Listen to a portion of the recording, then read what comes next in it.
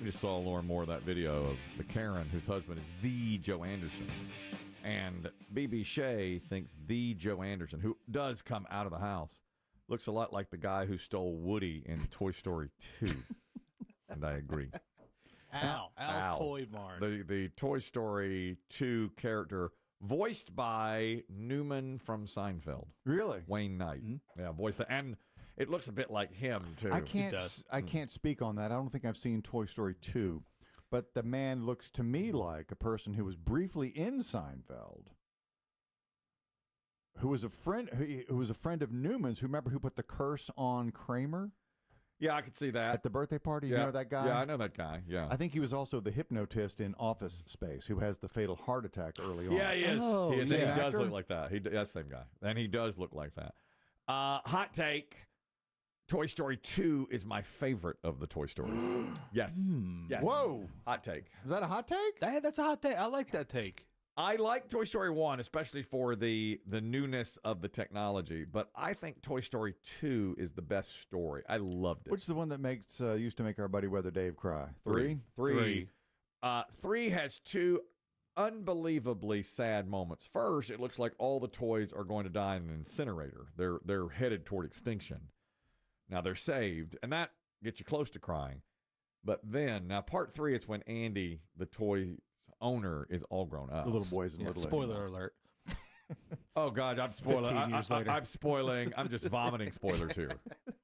Oh, yeah. They don't die in the incinerator, and the little boy, Andy, is grown up, and he's going off to college. So he takes all his toys to a little girl that lives down the street, and he's getting them out of the box and sort of playing with...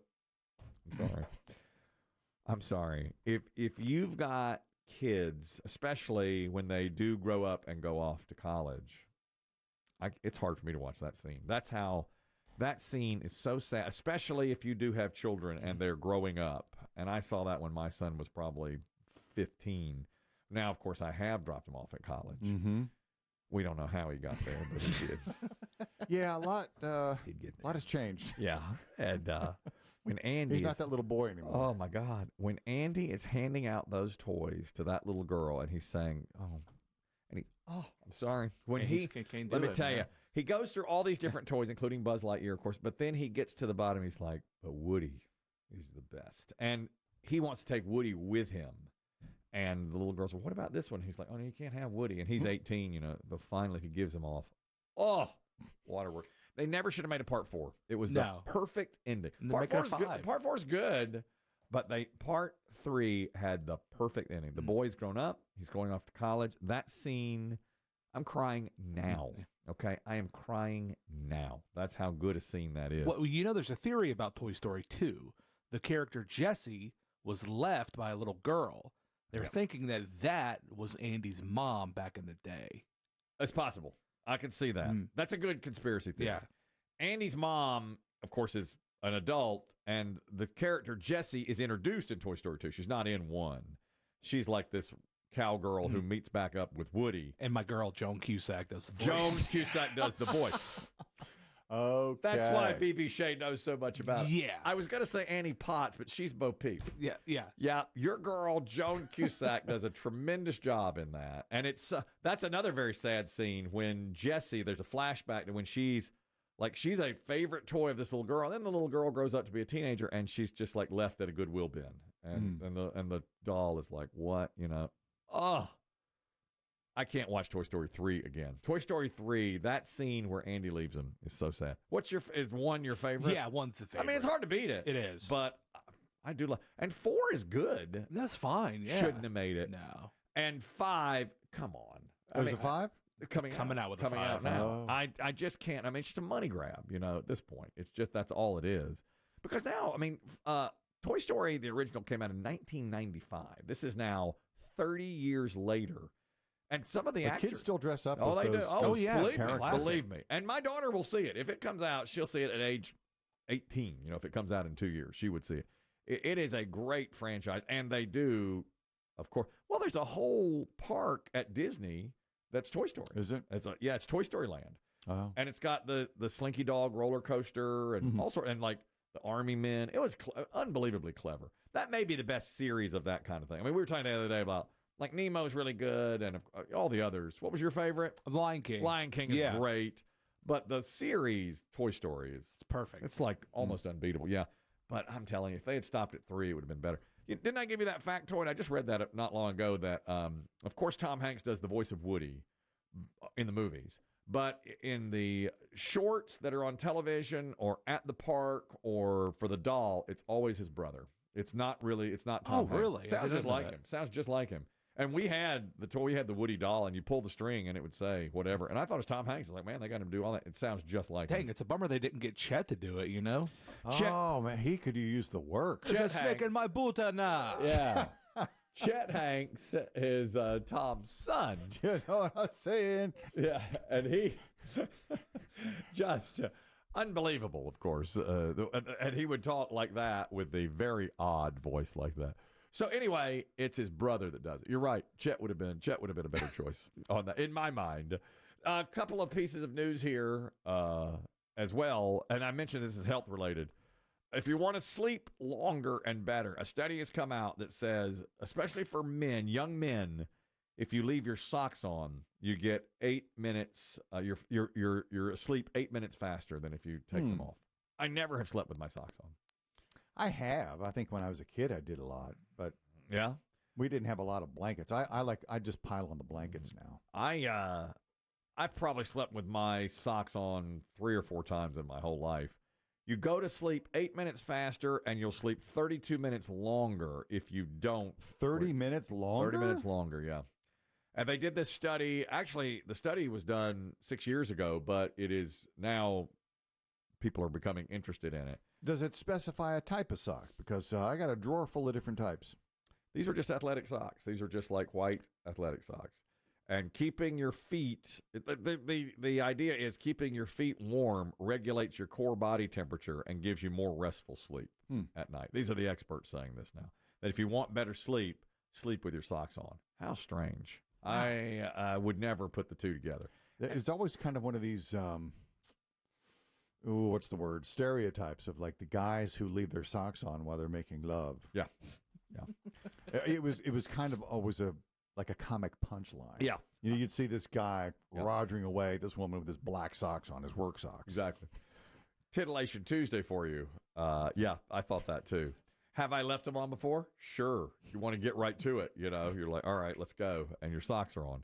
Weird look, I'm sure. It's a strange look. You could hover above it and see it. I know that. You don't want to drone that. No.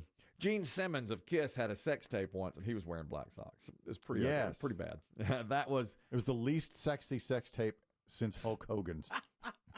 We had to do that one on Flaccid Friday, not Titillation Tuesday. It looked like, what do they call it? Autopsies are sexy. Yeah. When a person just lies on the slab, dead. Yeah. Socks on. While the coroner slices them open. Sexier. Fact. Gene Simmons had his black work socks on. Like the gold toe socks were on for Gene Simmons. And he was with Shannon Tweed. Is that or whoever? I can't remember who the woman was. I don't know if it was his partner then or if it was just a rando. Who's the best sex tape? Is it the Tommy Lee? Kim Kardashian. There's Ray J. Kardashian and Pammy. The Ray J was one. I'm sorry. The Paris one was all like night vision. It was weird. Your step said it was like looking at a meerkat. Yeah, it was weird. I was turned on. I was titillated. But because it was night, her eyes glowed, which did something for me. Everything was green. Yeah. One Night in Paris. That's what that was called. Yeah. And I saw that early. I was like, okay, I like it. And then my NC State porn. That was a great, but nobody knows that. It's not widespread. Do you know my NC State porn? I've heard the legend, yeah. It was sent to me on DVD, and I loved it. It was hidden cam porn over at North Carolina State. It's so dirty now. Yeah. It does sound dirty now. And it broke 2 computers. I put it in to watch it, and it broke 2 computers. And now I don't have a DVD player. I still have it in my sock drawer, but I don't have a DVD player to play it. And how is it marked? How is it? Say NC State? Yeah, it says NC State. And it's like, I'm afraid when I die, my kids are going to think it's like an NCAA basketball game or something with it. Like the championship they won with Jim Valvano. Yeah. Dad loved basketball. And they're going to put it in some device and be like, what in the world is this? Health report, doctors of nephrology in Moscow have said not to do this. A Russian man in a bet with his friends, he was challenged to do 2,000 squats, and he did them. He did 2,000 squats, winning the bet. He and his friends are weightlifters. I don't even know if he had weights when he did the squats. He's in his mid-20s, 25 years old, and he was confronted by his friend saying, I bet you can't do 2,000 squats, which he did. But within 2 days, his legs got swollen, stopped working, and his urine became incredibly dark. Kidney failure. He was having a kidney issue, so he had to be rushed to the hospital. Very as competitive as you are, Kelly, worth it? Yeah, worth it. Dark urine is worth it to win a bet like that, to do 2,000 squats. I can't imagine doing those. And it didn't say what set period of time he had to do the 2,000 squats. It just said 2,000 squats in a set period of time. Dark urine was the giveaway that he was starting to contract some sort of kidney issue. So toxins started to build up, and that's when his legs became extremely sore. I mean, I don't understand the link. I don't either. Because people do ultra marathons. Maybe they do pee blood after they're done. It must be something with, is it the motion? Is it some sort of pressure on the kidney because you're going up and down like that? I don't know. He said his legs had never failed him before, but he got so sore he could hardly get out of bed. And when he saw his urine turn dark brown, he said, I knew something was going on. Then, while in the hospital, he stopped being able to urinate at all. And he was diagnosed with, I'll mispronounce this for sure, but it's rhabdomyolysis, and that's a kidney issue. And so, they said it's because of those squats that you did in such a short period of time, 2,000 of them. You going to challenge Barry up in HR? Do a squat competition? Yeah, I'll do a squat off with Barry. Put him in the hospital? Yeah, I can get him to the hospital. I've already put Biggie there. I know. Might as well put Barry there, too. Dan, you're talking about wearing socks while having sex. Titillation Tuesday. Go ahead. When I was in film school a long time ago, I learned that the origin of that was they had a problem when they started making skin flicks. And skin flicks were some of the first movies ever made. They took the technology and made skin flicks. Well, a man would, top a woman and have an orgasm, and, how could you tell? So they figured out they would have the man keep his socks on only, black socks, and they would tie threads to the socks. And at the climactic moment, they would jerk the socks off. And that's where the expression, that'll knock your socks off. No. Absolutely. God. God's truth. Best factoid of the year. Yeah. Knock your socks off. We need to shut down Titillation Tuesday forever. Titillation Tuesday's over. Dan, and you delivered it. Your voice is perfect. That's how you do. A great factoid. Thank you, Dan, for that. That is how you do. Catherine, a quick comment on this guy in Russia who did 2,000 squats and got the kidney disease. Go ahead. Yeah, so rhabdomyolysis is when your muscles start to break down so quickly that basically the proteins flood your kidneys, which your kidneys can't process. And so it sort of clogs them up, and then your kidneys start to, kind of deteriorate, bleed, and that's how the blood ends up in your urine. And they first discovered this with, crush victims in World War II. So these folks would get crushed, and their muscles would crush, and they get really sick. And so I had this when I was a young Army soldier, and I had been training and doing all the right things, and then we did this big exercise, and I ended up in the hospital. Oh, my God. Scary. That's really scary. How long does it take to recover?